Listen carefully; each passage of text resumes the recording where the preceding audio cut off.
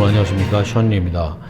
오늘 이 시간에는 1918년, 지금부터 약 102년 전에 일어났던 1918년 인플루엔자 팬데믹, 그것에 대한 기록을 토대로 이 인플루엔자 팬데믹이 어떻게 진행됐는지, 또 그것은 어떻게 대처됐고 또 어떤 결과로 정리가 됐는지, 그런 걸 한번 살펴보고자 합니다. 그 이유는 우리가 과거를 통해서 현재를 알고 또 그 미래를 예측하는 좋은 수단이 되기 때문인데요. 오늘 여러분과 함께 볼 자료는 미국의 CDC 질병통제예방국의 웹사이트에서 발췌한 것입니다. 제가 여러분들이 보기 쉽도록 한글로 번역을 한 건데요. 잠시 같이 보시죠. 이 1918년 팬데믹 인플루엔자의 개관을 보면 이 기간 동안에 세계 1차 대전이 발발했기 때문에 군인들이 세계적으로, 그 당시에 세계라 함은 미국과 유럽을 말하는 거죠.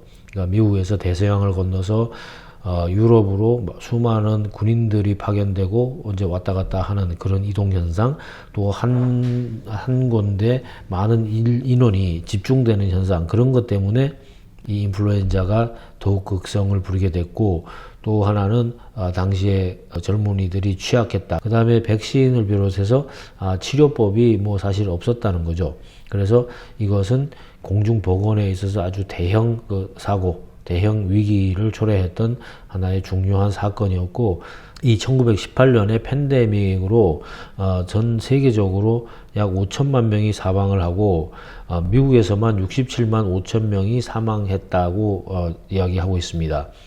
이 1918년 인플루엔자가 처음으로 발병한 것은 그것은 1918년 3월에 미국에서 처음으로 이 독감과 유사한 질병이 발견이 됐는데, 그 발견된 곳은 캔사스주의 폴트 라일리에 있는 펀스턴 캠프에서 100여 명 이상의 병사가 이 병에 걸렸고, 일주일 이내로 이 독감 케이스가 무려 5배나 증가할 정도로 아주 극성을 부렸다는 거죠. 그 후 6개월 동안에 미국은 물론 유럽, 그리고 전 세계적으로 이것이 퍼져나가서 정말로 큰 사건이 됐다고 할 수 있는데요. 이때 3월에 최초로 이 질병이 발견되긴 했지만은 공식적으로 보고된 것은 1918년 4월 5일 주간 공중 보고서에 발표가 됐는데요. 이 보고서는 캔사스주의 해스켈에서 3명의 사망자가 발생했고 18명의 장교가 심각한 상태에 있는 것으로 보고를 했습니다. 그러니까 1917년부터 미군이 참전을 해가지고 유럽으로 건너가기 시작했고, 그것을 위해서 군인들을 양성하는 양성소들이 만들어지고, 그러면서 그 군인 집단 지역에서부터 이 인플루엔자가 이제 극성을 부리게 됐다는 것이고, 1918년 3월에 최초로 발견됐고 공식적으로 보고된 것은 1918년 4월이라는 거죠.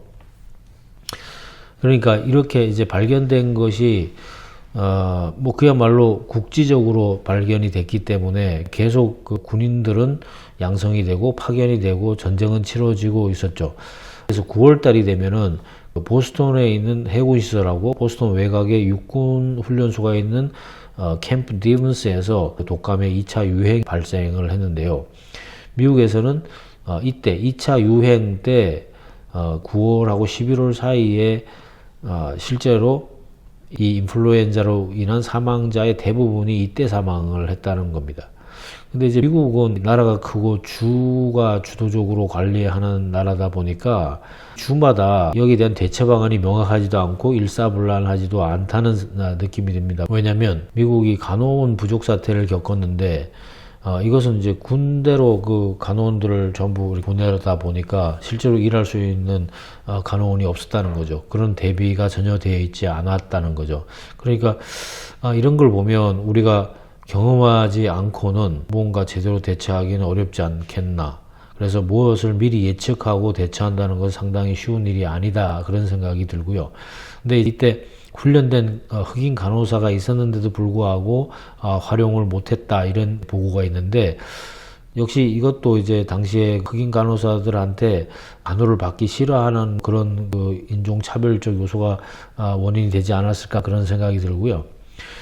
이 당시에도 지난 봄에 뉴욕이나 뭐 이탈리아 이런 데서는 정말 시체가 냉동 창고에 보관되고 그 시체를 담을 관이 없고 뭐 이런 정도의 사태를 겪었지 않습니까? 근데 그것과 마찬가지로 필라델피아에서도 뭐 일주일 동안에 500명 이상의 시체가 매장이 되고 뭐 그러는 바람에 냉동 창고가 시체 안치소로 사용되고 전차를 만드는 회사가 관을 만드는 그런 일도 있고, 그 다음에 샌프란시스코 보건당국이 이때 주민들한테 마스크 착용을 의무화하고 집 밖에서는 반드시 마스크를 써라 이렇게 공고를 했는데, 공중보건당국은 그 12월에 대해서나 기침하고 재채기 이런 게 문제가 되고 무심결에 고폰 휴지를 아무데나 버리는 것도 위험하다, 그걸 그때서야 위험성을 홍보하고 교육하기 시작했다는 거고, 또 그때부터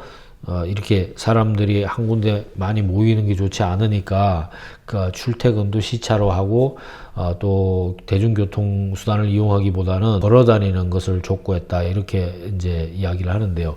이것도 지금 사회적 거리두기하고 일맥상통하는 것이 있는데, 요즘 뭐 그 당시보다는 인구가 정말로 엄청나게 늘어서 실제로 우리가 출퇴근하는 거리가 멀어지고 이렇기 때문에 사실 공중교통을 이용하지 않기가 상당히 쉽지 않다, 이제 그런 측면이 있을 것 같고요. 그리고 그 다음 해인 1919년도에 1월에 다시 3차 유행이 발발해서 더 많은 사람들이 사망이 됐는데, 결론은 이 3차 유행은 여름이 돼서야 진정이 됐고, 이제 그것이 진정되는 시작은 뉴올리언즈에서 2월 달부터 감염자가 줄면서 이제 거의 사람들이 이제 나아가는 그런 과정에 있었다는 거죠. 그리고 하나의 이제 에피소드는 4월에 베르사유에서 평화회담이 열렸는데, 이때 미국 대통령이 위드로 윌슨인데, 이 사람이 종전 협상을 하던 중에 쓰러졌는데요. 일부 사학자들은 당시에 파리에서 여전히 이 인플루엔자가 유행을 했기 때문에 그것 때문에 그런 것이 아니냐, 뭐 이런 이야기를 하고 있습니다. 그래서 실제로 1918년 3월 달에 시작된 이 팬데믹이 1919년 여름에 종료가 됐으니까 대략 15, 6개월 정도의 진행 기간이 있었다, 이렇게 생각이 되고요. 더 중요한 것은 당시에는 인플루엔자 바이러스 백신이 없었다는 겁니다.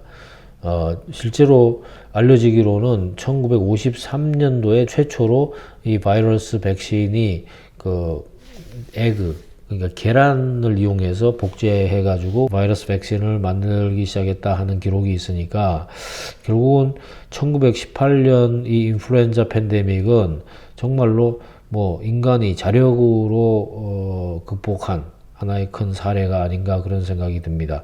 그래서 오늘 우리가 1918년 인플루엔자 팬데믹의 역사를 보면서 중요하게 생각되는 것은 인구의 밀집과 이동이라는 것이 질병을 이동시키고 확산시키는데 상당히 중요한 요인이 되었다 하는 것이죠.